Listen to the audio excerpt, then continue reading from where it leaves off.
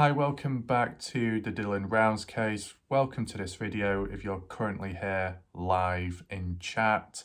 You know, we've got a few things going on. We've got a gorilla in the background doing handstands.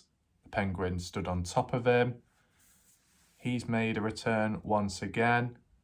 I'm having a bad hair day, hence the hat.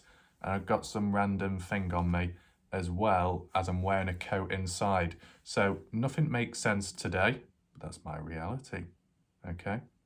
But what we're gonna be talking about, and it's just a clip from Earthworm Infotainment, Lance Kelly's channel on YouTube, and very recent, okay?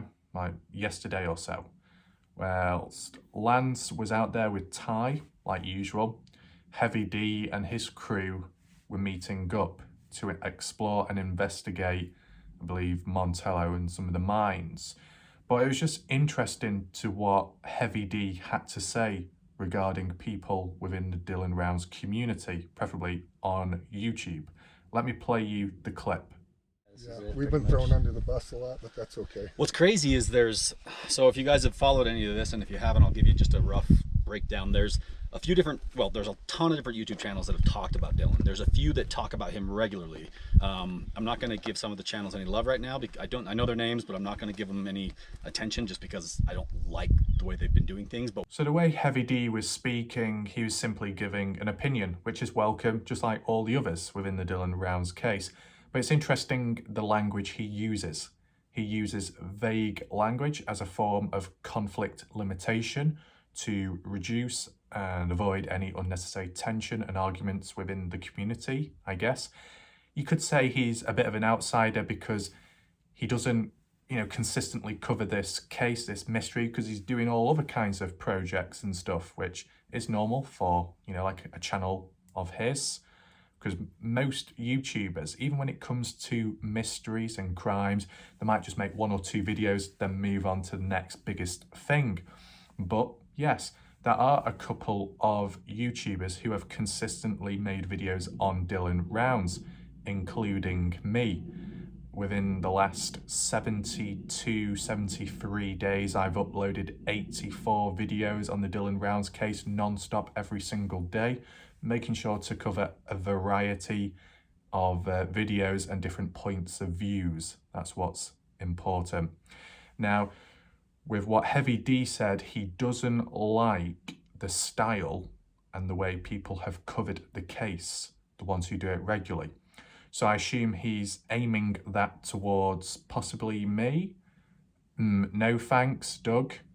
Zav Girl, Mob Crew, Salty Pancakes, the Spirit Box one, the Paranormal one, the Shack Lady, I guess, maybe Brookie, those people. It does make you wonder why he dislikes that style of coverage. Is it because he thinks it's not that helpful? Is it that he thinks it adds more to the mystery, adds more confusion and roadblocks, which is unnecessary? That he thinks it's just all a form of drama and time wastage? What does he think? Why does Heavy D not like the style? Is it just because it doesn't solve anything? It's a waste of time. I mean, it isn't an opinion day, but it's like, with YouTube, the platform itself, and some of the YouTubers, even if they are a bit questionable, Zav Girl and No Thanks have basically given Candice a voice, a platform to speak on, or at least a place to speak on behalf of the case, the investigation, to clear up any loose ends, any confusion, any questions towards a community on YouTube or of a certain channel.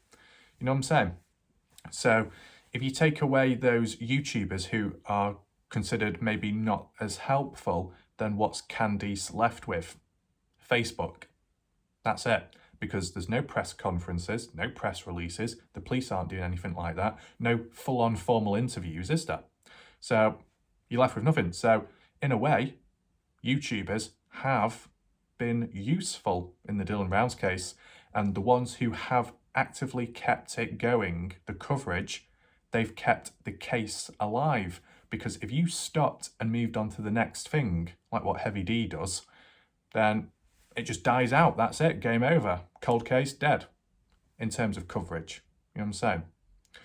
So, yeah, it is interesting. And, you know, with YouTube, the platform and the YouTubers, it has helped spread awareness. Sure, you got Facebook, but YouTube is just as big, if not bigger, in a way. And it's like video media, which could be more enticing to people. So the formal ones by the East Idaho News Channel, or the more informal ones by Zav Girl, No Thanks, I guess Salty Pancakes as well, me, you know, it has helped kept the case active. And down the line, it might bring in the right people, okay? Because how else are you going to know about the case, the mystery? You know, if you're not on Facebook, right, and let's say it died out on YouTube, the coverage of Dylan Rounds, you're not going to really know, or there's less chances, less likely that you would know about it. So by covering it on YouTube, it allows people to stumble across it who might be of use, who might be more helpful, and get involved themselves, becomes interested, wants to hike out there or help.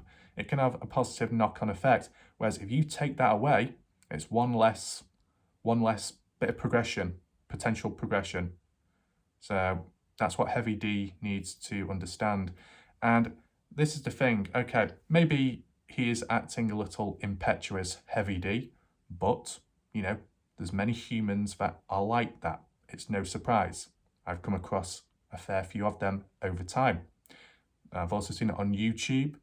Some viewers can be impetuous, whinge, whine, talk before they think, talk before they listen to what I've got to say, which would be later on in the video, and then they realise, oh, he did have it covered. Oh, he did mention that angle. Oh, it is under control. And you know. But like, this is the thing. Like an example of people dismissing things and being impetuous is like saying, oh, what's that got anything to do with the Dylan Rounds case, external crime? Well, it provides an understanding of what the area is like and nearby. If it's a high threat level, there's a high rate of gun crime, a high rate of kidnapping, it seems like there could be more chances of Dylan getting involved in that, caught up in it, if it's near the area and it's happening regularly. That's just an example, okay? If there's certain criminals, suspects you're looking back on in the past, and people are like, oh, why are you looking at past criminal activity of those individuals? It's not going to help anything, is it? And anyway, those people have learned from their mistakes. You know, they've done their time, they've paid the price, and now they're performing, they're doing good, they're okay, they're not part of the case anymore. And it's like, hold on, are they a repeat offender?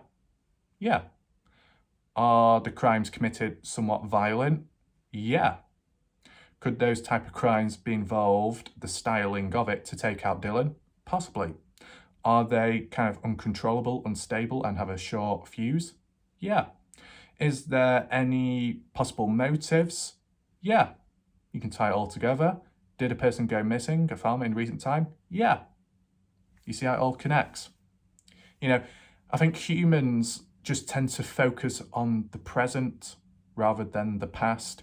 I mean, in general in life, humans are really fixated about moving on from the past, but sometimes you've got to look back at the past to adapt, to pick up on patterns, to avoid future things repeating, to just simply look back and see what went wrong, what led up to something, you know what I'm saying? So it is important you look back then, whether it be the environment, the location, back in time Lucin, back in time Montello, or back in time of certain individuals in their past life, regardless of how they've changed since. You know, it's happened back then. You know, it's just trying to pick out, is there a turning point? Is there anything that has stood out, you know, and whatnot? But I think people seem to act impetuous and not acknowledge that. And this is the other thing. I guess the way Heavy D was wording it, and you know, there'll be other people that word it in a very positive way, that Lance and Ty have done some of the best work and progress out there because they've been there in real life, because that's where they live, but boots on ground and investigating. But Salty Pancakes has done his bit as well, even though there's some questioning about that, which I'll get to shortly in this video, okay? But yes, whilst you've got Lance and Ty out there doing their own thing, keeping to themselves as well, not getting too involved in the drama online. I mean, Lance specifically, he seems quite relaxed and calm. Not really seen him get angry or really raise his voice. He just seems controlled and level-headed. Now, let's not get too carried away. It's always worth being realistic. I've come across level-headed people in the past, and there have been changes in behaviour at a certain point in time. They've either got a bit cold, or they've got a bit too strict, or they've snapped slightly. They might have got a little bit too narcissistic.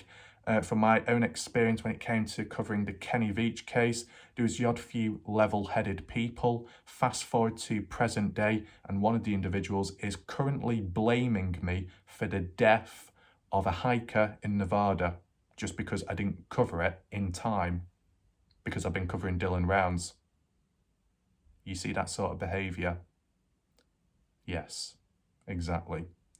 So, with Lance, up to now, he's done a good job, what he's doing, how he's searching. Ty, you know, you can say the same thing about him, though he has been a little bit more vocal, okay? Bit of an attitude problem at times, a little bit, would you say cocky or sarcastic, you could say in that sense. But then again, Jim Terry could be considered that way too. But this is the thing, got to make note, because whilst it's okay Heavy D standing there praising Ty and Lance, specifically Ty we're talking about, let's not forget there's a bit of hypocrisy going on, because you can also tie in with Candice coolly criticising YouTubers but also praising some at the same time. Let me explain, because you will be confused, but I can clear this up straight away. Realistic, snap on, let's go.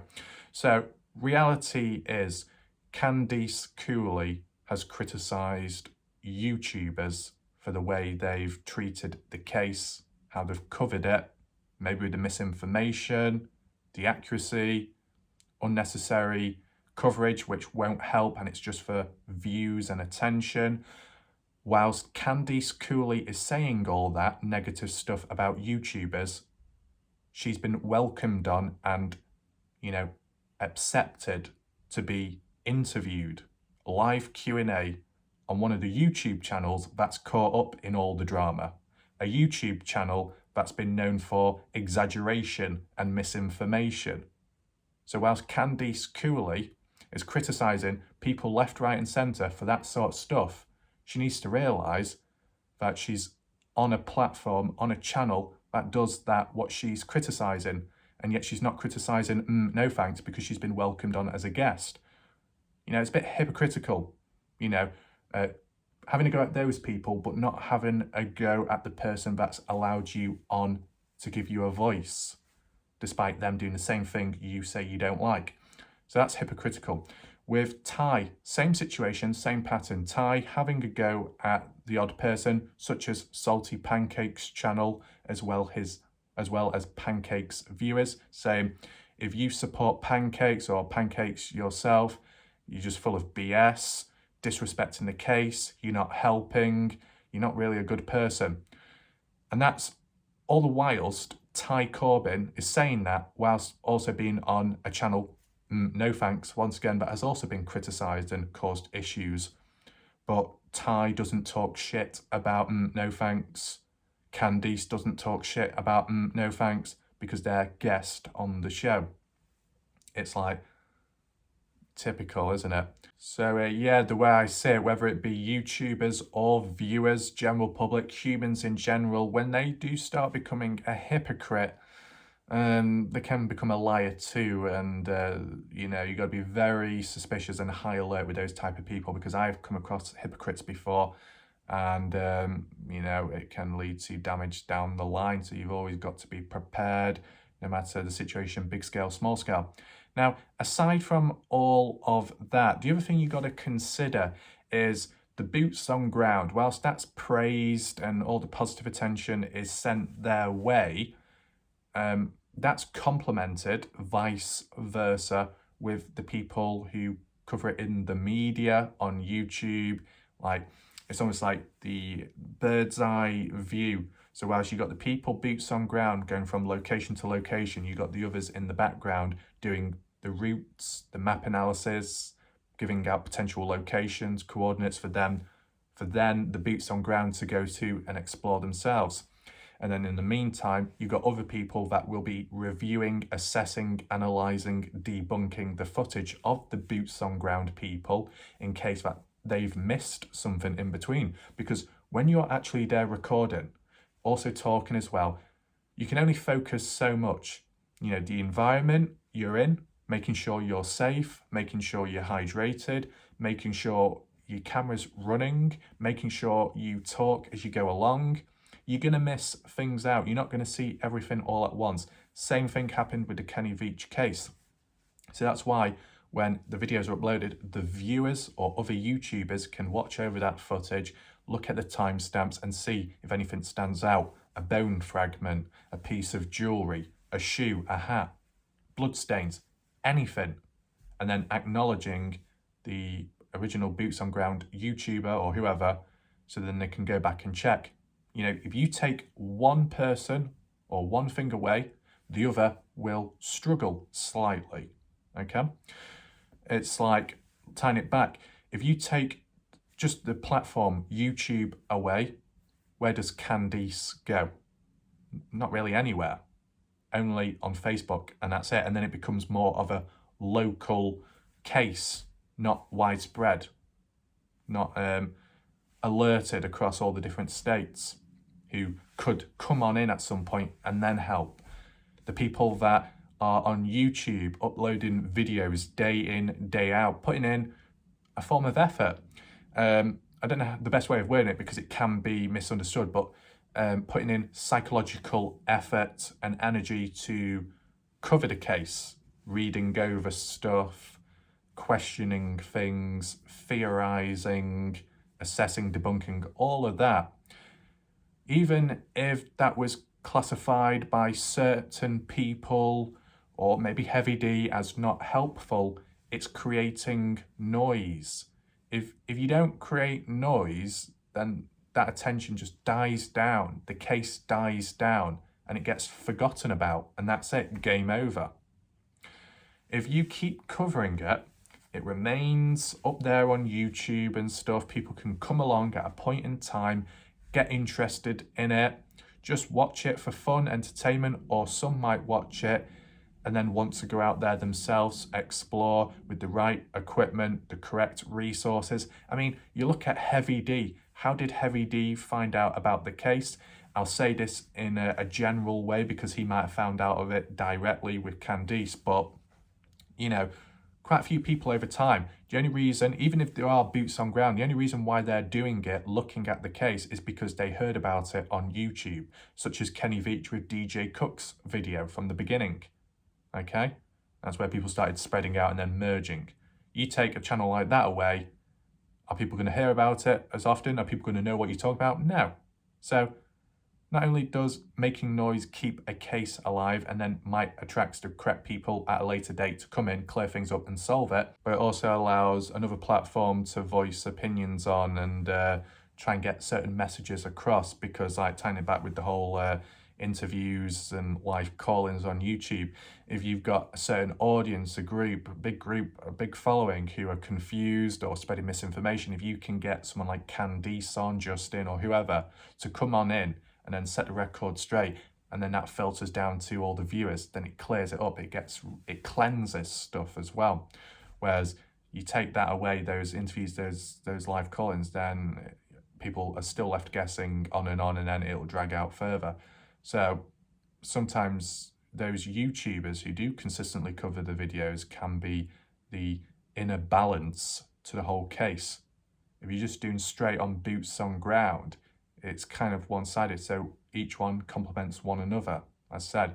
And this is the other thing which people might not agree on, and it's one of those unpopular opinions, is, you know, if you were to criticize YouTubers for covering the case, the mystery, frequently, because it's seen as unhelpful, not practical. You could flip that back round and say the people that are boots on ground, going round and round in circles trying to look for Dylan, is a pointless thing and ineffective and not practical. Okay? Unpopular opinion that, but it can be reinforced to an extent with past examples. With the Kenny Veach case, sure, you had people going out over time, exploring. It was grueling hikes, required effort and energy, looking around, trying to, find answers, find Kenny, find the cave, and were unsuccessful every time. And then fast forward to a certain point, 2021, when I did an analysis covering CCTV footage of 2018, a break-in the Veach healing store, in which an individual that looked like Kenny, which was later confirmed by family members as Kenny, suggested that he was still alive and out there and nowhere near the desert. And even just with past theories before that came out, where people were saying, he left the phone there as a decoy to make it seem like he went out in the desert to end his life, when in actual fact he actually went elsewhere under a new identity or a new life and is living somewhere else. And other reports of people seeing him in the past 2016, 2018, and so on. You could put the argument forward saying the people that are boots on ground in the area of Jermay Canyon, Picture Canyon, and going around there, it's a waste of time, because if this proves that Kenny Veach is alive, or at least was alive after 2014 and was nowhere near the desert, it's like, well, why are you still looking in the desert for Kenny if there's proof, or potential proof, let's just say, that hints that he's elsewhere? You're not going to find him if he's not there. And in Dylan Round's case, who's to say that Dylan is in Lucin or Montello? He could have been taken even further afar. There's been time to dispose of Dylan, let's say. There's time to cover a fair bit of distance as well. So I'm not saying that's directly the case, but, if people are going to start criticising YouTubers for being ineffective or not helpful, you could flip it back and say, well, whilst you're doing boots on ground going in circles, have you made that much progress either? Have you found Dylan? No. So depends how you look at it. It will cause resistance, that in itself, okay? And tying it on with the whole resistance thing, let's just move on to the next point, what Heavy D mentions when he's referring about a specific individual within the case. But one channel in particular that I think is based out here has said some negative things about you guys for no apparent reason. And I think those people may have ties to the community or certain people in the community. So the way he worded it, once again, vague language, not directly pointing the person out, which, is in a way a respectful thing to avoid any witch hunts. But from the looks of it, it's likely referring to Salty Pancakes, okay? Because they're saying about a YouTuber within the area. Now, Salty Pancakes isn't directly within the area, but he's kind of nearby, I guess. Was it Salt Lake City or something? Somewhere like that type of area. And when Heavy D said about, he knows certain contacts, certain people within Montello, friends of friends or stuff like that, that's kind of the case, because you've seen it with Salty Pancakes, how he did interviews, he's hung out with Kurt, driving about to Chase Venstra's homestead, Dylan's grain shed with Kurt in the buggies, going past Kimber and Lance's homestead and Ty's farm. So they have been active and they've been in groups, and that other person, Gayleen or something. So basically that's what Heavy D is referring to, Salty Pancakes.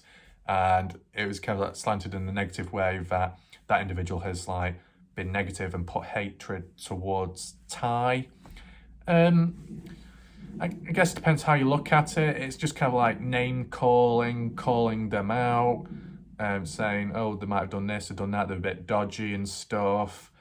But, Ty's answered back at times. So whilst Heavy D says, you've done a good job for not replying back and keeping to yourself, Ty has done so, though, on Zav Girl and maybe, and on No Thanks during the live call-in. So he has spoken back. So it hasn't been complete silence control. Ty has answered back, so you can't ignore that. Okay, kind of a bit impetuous, but as I said, humans can be like that. But it's just been back and forth. It hasn't got too messy, but let's not forget, Okay, let's not forget when Ty Corbyn kind of threatened Salty Pancakes, saying, oh, you better not come back to Montello because there'll be trouble. Something like that. And like, oh, if we're in the desert, we'll leave you behind and drive off without you, and then you can walk the whole distance. The sense in tone of his voice at times, in those call-ins in the past, you could say, was the odd threat issued? Kind of. So it's just one of those things, like, once again, if you're going to say that person's bad, then the other person's just as bad, or nearly as bad. So back and forth, but it just seems to be taking sides. And maybe a little bit backstabbing in between. So whilst the Dylan Rounds case is important, it's also important to, do damage limitation, whether it be on one's self or other people around, to avoid any more things being strained out or so. I've not really seen it on my channel yet, but there's always time for things to go downhill. You never know. It's always best being prepared. In terms of resistance, as I said, let me just show you this clip with what Heavy D had to say. Just dragging people through the mud, just try to ignore where it. your names have been, which is interesting because there's always resistance against somebody who's on the right track, and that's kind of what led us to you guys, and I believe that you guys are doing. Now, it is up for debate around the whole resistance equals finding the truth, because I received resistance instantly when I covered the Dylan Rounds case from the beginning, because I was criticised for not staying on topic, not sticking to the facts, the timelines. But look at where we are now and how the case has evolved, knobheads. It is open to different theories. Information itself and facts are switching and changing, so what's the point sticking to it? What's the point spending 10 hours trying to do an official formal timeline when it keeps changing in dates? It's not exactly practical to do, is it? So you do have to think outside of the box. You do have to look at alternative themes and features and methods, okay? Even if people don't like it, because it has proved somewhat effective. Might have cleared up the odd few loose ends along the way. Low battery. In terms of resistance in other ways, though, you could say it does apply to Ty and Lance, because with them being out there where Dylan supposedly is or could be nearby, they could stumble across something, or they could get close to an area of interest unknown to them at the time, and then shortly afterwards they receive threats, warnings, and that's what they said they've received in recent time. So it does make you think, why? With time back to my own experience when it came to the Kenny Veach case and coverage, small scale or big scale, or not, whatever, when I did some videos at a point in time, suddenly I started receiving kind of like death threats and threats. People saying, oh, you better watch yourself, you better stop, bad things are going to happen, we're coming for you, we're watching you, sending coded messages and all that stuff. And, people can play it down because humans like to be manipulative, which I call manipulative minimalization external, where a person or group will play down the importance of an event, an experience, because to them it's not that important, but they might be missing something. When it came to covering all of that resistance back then, it might have been because I was going towards the truth. It might have been because I was revealing something they didn't want revealing, so that's why they acted the way they did, and I just documented it along the way. Even if people played it down or took the piss out of it, it's because for my own sake, I might as well document it all, just in case down the line it's important. And you know what? In a sense, it was, because it led to slander. It led to impersonation accounts regularly. And, that could have caused confusion, people misunderstanding, and then having a go at me, even though it wasn't me. So that's why certain steps were necessary and taken. And eventually it was suppressed. Okay, so the people that minimize and say, oh, it's not important, oh, just let go, just keep quiet, just move on, just be positive, be resilient, blah, blah, blah, bullshit. You'll end up being worse off if you just sit back at times. So once again, under control. In terms of Lance and Ty in the Dylan Rounds case, okay, they've received resistance because they're out there. You got to try and think, is the resistance and the threats from the suspects anonymous? Trying to scare off Ty and Lance because they're too close. If they reveal the truth, those people issuing the threats are going to be revealed, brought to the light and punished, and they don't want that. So they're going to try every tactic possible to throw them off the scent, to scare them off the area, maybe. I mean, you can leave your thoughts down below in response to that, but yeah. Linking back to other locals, is there anyone else local within the area aside from Pancakes, aside from Ty and Lance, that covered the Dylan Rounds case? I'm not quite sure. I know there'll be viewers that are near to the area or live directly within who have seen it unfold and stuff, but they're just viewers. Heavy D was referring to YouTubers, so that's kind of interesting now. And this is the other thing, what you got to understand. Heavy D, despite being an established, successful, big channel with a big following and audience, Heavy D is the perfect example of an individual that comes and goes when it comes to mysteries. You might cover 1 or 2 videos of the case. You might come out with the regurgitated story about Dylan, and then you eventually move on, and then that's it. And it's like, oh. But then you get other people who stick to the case. One case, covers it extensively, puts more effort in, more time, more consideration, thought processing, etc. There's a big difference between the two, obviously. So you've always got to take that into mind. So when those people do come in, complain, whinge, whine, whatever, it's like, well, you can only say so much to an extent because you don't know the actual depth of the case, of the story, of certain stuff. I'm not saying it directly applies to this case, directly to Dylan Rounds, and it's only that. I'm just saying from experience, okay?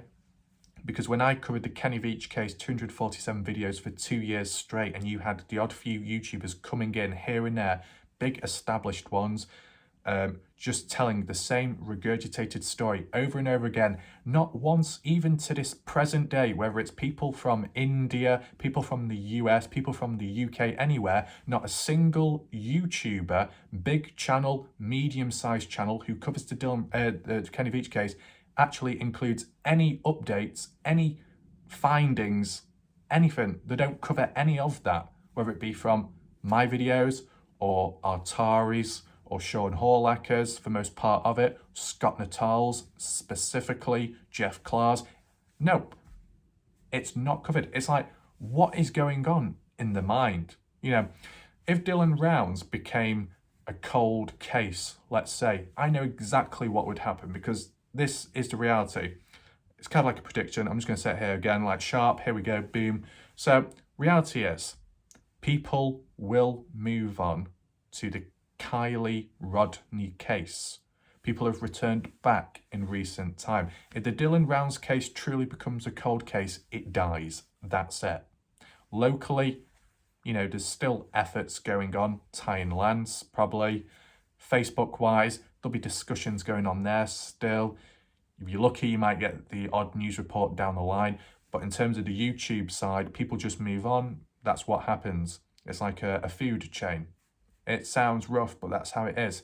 They've gone to the Kylie Rodney case, which people have done previously and have returned in recent time, like Zav Girl, No Thanks, Tyler Feller, those type of people, and others as well, and others outside of the Dylan Rounds community, because it's the next hot thing. That's how it is. And if there's another case going on after that, if people are returning back to the Gabby Petito one or something else, they'll move on to that. And Dylan Rounds, that's it. But you know who's still the last man standing? Providing there is still valid material to cover, because if not much can be done. Being realistic, okay? Do you understand me? When it came to the Kenny Veach case, people come and go. Cover it for maybe a day or two, maybe a week, maybe a month on and off, and then that's it, they're gone. I was stood there covering it for 2 years straight. And in total, that was like 247 videos in 2 years. With the Dylan Rounds case, I've covered it within 72, 73 days straight and made 84 videos. So if there's material to cover and it's valid and it's worthwhile, key points as I said, then in terms of the ratio, in 2 years' time, if there was continued coverage and it became a cold case, as said, certain conditions must be met, then it's going to outweigh the amount of Kenny Veach videos. That is just a projection, a prediction. It's not full-on hard line, 100% certainty, but it's just in terms of how things could go, in terms of the conditions are met, that's what probably would happen. You know what I'm saying? And you could say, how, why? It's simply because when it comes to covering the case of Dylan Rounds, I don't do 6-hour videos cramming everything into one. I spread it out so it's easier to follow and understand. Hence why, I guess, over a longer period of time, there might be more videos than someone that did like a 6-hour one, but it's just easier to follow. And as well, the main thing is with having a wider palette of different points of views, my theories, other people's theories, stories, debunkings, external news, internal news, little updates, map analysis, footage, looking at timelines, all that, and maybe other stuff down the line, who knows? That variety enables more coverage over time and more noise too. Whereas people that might just do live streams and live streams and live streams, there's only so much you can do there. You know what I'm saying? I don't really see anyone else doing map analysis. So, like when it came to the Kenny Beach case, that's what I do. That's how it goes. And, you know, being realistic, if it did get to that point where you couldn't cover the Dylan Rounds case anymore, just simply because there's only so much you can do, realistically, then we look back at Kenny Veach equally and do that. And then in that space of time, there might be time to go back to Dylan Rounds and look at that. You know, I don't like moving around too much because it gets confusing, okay? When I did Aidan Clune, just one video, even though it was kind of similar to Dylan Rounds in terms of possible outcome, it was literally in the same kind of like in the same area. So you'd think you'd be able to talk coherently, and yet look at me. I wasn't really talking coherently. I was stuttering like a robot, having an electric shock. I kept getting the names mixed up. I was saying Dylan when I should have been saying Aidan, and Aidan when I should have been saying Dylan. It was a mess, okay? It wasn't as coherent or smooth, but that was because on the spot, I suddenly switched to a different case, which I normally don't do, and it explains, it demonstrates why. It's just easier sticking with one case, providing there's enough you can cover on it and look at, set up camp in a way and dig into it, and then in an appropriate time move on to the next or refer back to a previous one. I prefer that flow, okay? I mean, yes, you do have to adapt slightly compared to a cold case to an active case. There's a difference in terms of timescale, deadlines, and all of that, okay? Leave something too long, it becomes invalid. It gets cleared up. And you don't want to be in that situation where you've put 10 hours of effort into creating a video, a piece of work, and then it turns out it's invalid and you can't upload it because it wouldn't make any sense and it wouldn't be appropriate. And it's like, what a fucking waste of time that was. So you gotta be practical, gotta be proactive, and so on. So I guess we'll just see how things go. You know, this is the thing, when it comes to drama, there will always be drama. You can't always get away from that. But there is a positive with drama, and I'm not talking about the positives in YouTubers or on whatever platform specifically individually benefiting in some way, but moreover, with that drama comes noise within the Dylan Rounds case. Even when it appears that you're not solving anything, you're not making any new developments like the people on boots on ground, you are still generating noise on the case. And that's something that's been lacking. And I think that's something what Heavy D fails to understand. Because like what Candice has said, the LE, the lead investigators, their enforcement, Bucks out of county. They didn't inform the public at the start about Dylan going missing. They've not done any press conferences, press releases. They've not engaged that much. They've kept fairly quiet. So it's really the YouTubers that have been spreading it about, okay? Candice was the one who reached out to YouTubers because she had no other options. So I think Heavy D fails to understand that part. I mean, Candice reaching out to Ty and Lance, yeah, I guess to an extent, but in terms of media coverage, reaching out to Ty and Lance isn't really going to help.